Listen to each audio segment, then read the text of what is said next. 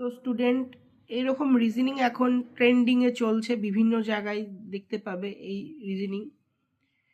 এটা rail, SSC বিভিন্ন পরীক্ষায়, তাছাড়া রাজ্যের পরীক্ষায় এসেছে এই ধরনের বহু রিজনিং।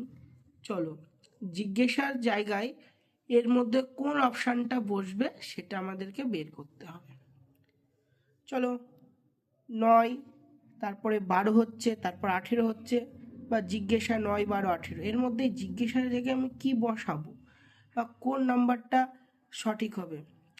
9 থেকে 12 কত বাড়লো? 3 বাড়লো। 12 থেকে 18 কত বাড়লো? 6 বাড়লো।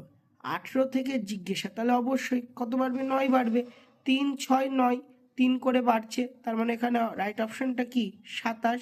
তাহলে এখানে 27 হবে, ইজ দ্য কারেক্ট অ্যান্সার।